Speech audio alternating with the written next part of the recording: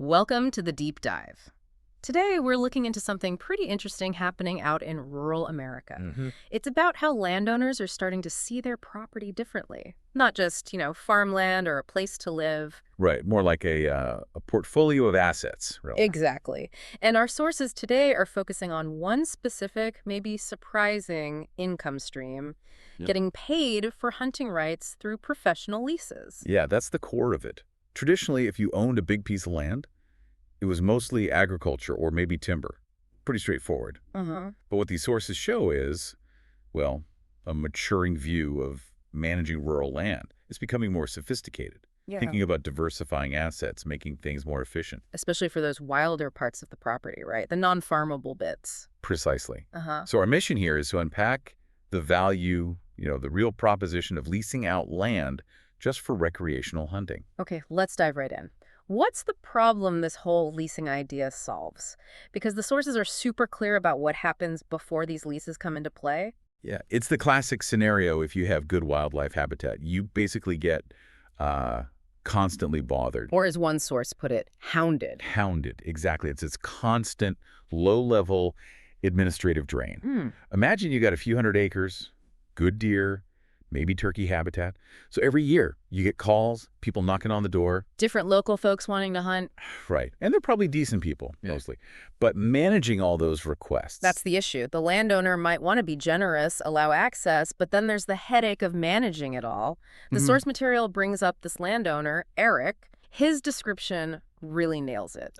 He said for years local people would ask, and he was fine with someone hunting, but, and this is the quote, he did not really enjoy the management of that and trying to keep everything coordinated. That phrase, trying to keep everything coordinated. That's the whole friction point right there, isn't it? Totally. You're juggling schedules, maybe boundary questions, different people's expectations, and liability. That's a big one.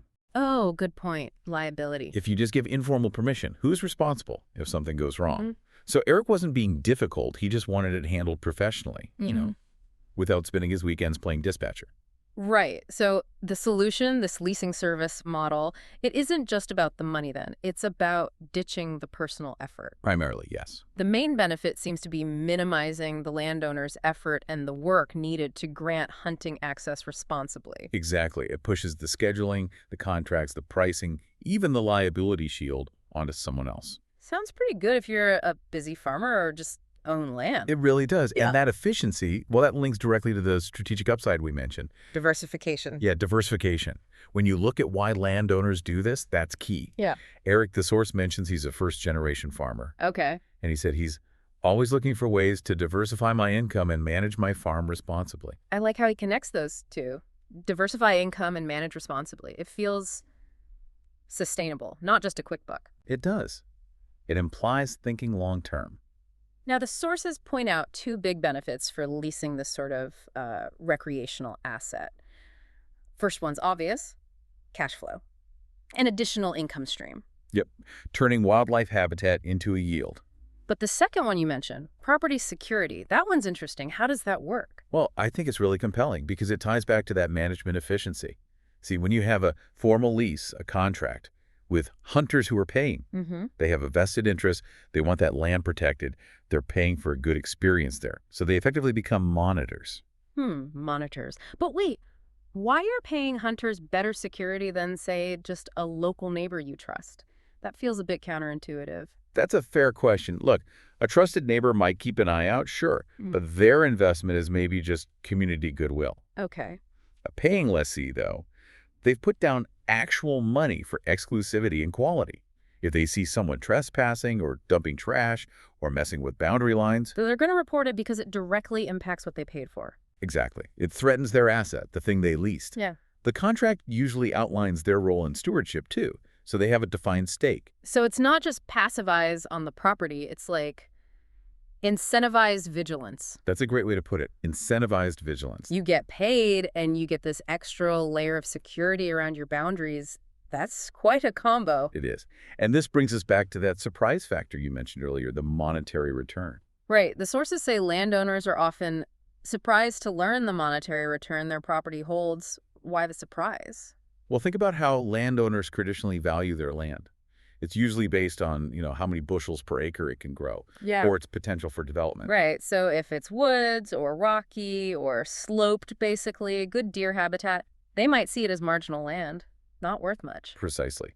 They might value it low, maybe a few $100 an acre on paper, Mm. but for a dedicated hunter wanting exclusive access to that specific habitat, it's valued much, much higher. Scarcity. Scarcity drives the price.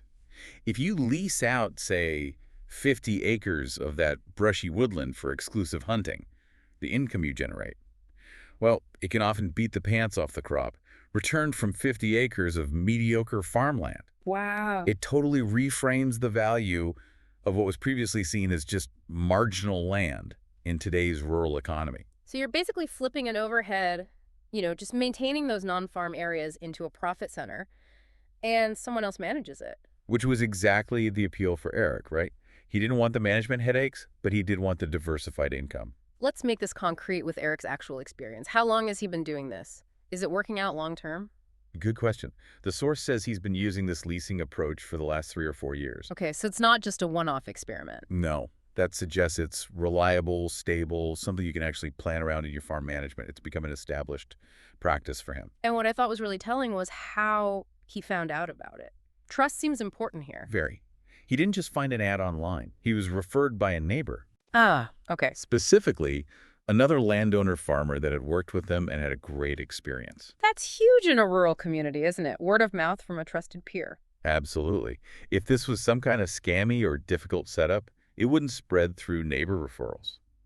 That endorsement from established farmers suggests the leasing service itself is likely doing a decent job. High satisfaction. Yeah, the referral is almost like a stamp of approval. So, summing up Eric's experience, it gave him a nice option, it's working out great, and he got what he wanted, diverse income, minimal personal effort. Solve both problems at once. The admin hassle and the income need. And you mentioned the leasing service acts as a buffer, too. Yeah, often they handle the negotiation, make sure the contract is clear access dates, what you can hunt, safety rules. It helps keep things smooth between the landowner and the hunter. Another layer of management efficiency. Okay, so Eric's experience sounds positive, but let's zoom out. Is this catching on? Is it still niche? Or is this becoming a bigger trend? Oh, definitely growing.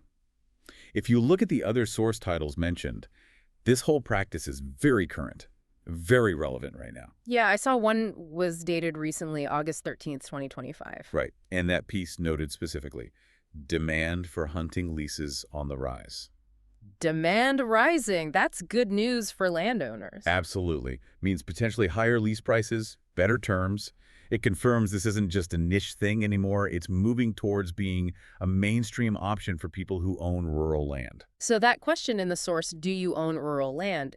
It's basically a prompt for anyone with that kind of property to think about this hidden value. Exactly. Think about the recreational value you might be sitting on. What's clever is that it doesn't require changing the land itself, right? You're not developing it or selling it off. Not at all. You're just monetizing the access to the existing wildlife and habitat.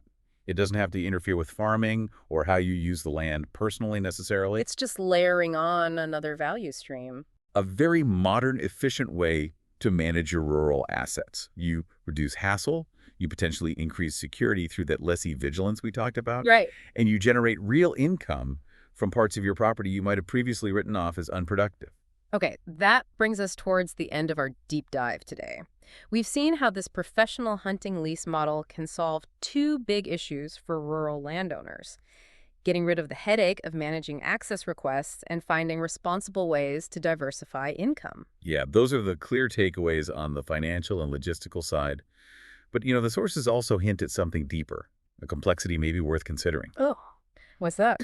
Well, among the related content titles, there's one specifically about the relationship between the landowner and hunter in a hunting lease. Ah, interesting. So beyond just the contract and the money. Exactly. We've talked transaction, logistics, but that title raises the human element, the long-term stewardship. Does a piece of paper alone guarantee a good relationship year after year?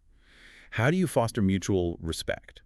How do you ensure the hunter truly acts like a partner in caring for the land season after season. That's a really good point. Moving beyond the transaction to a real partnership for the land's health. It seems like a critical next step if you're really thinking about this model seriously.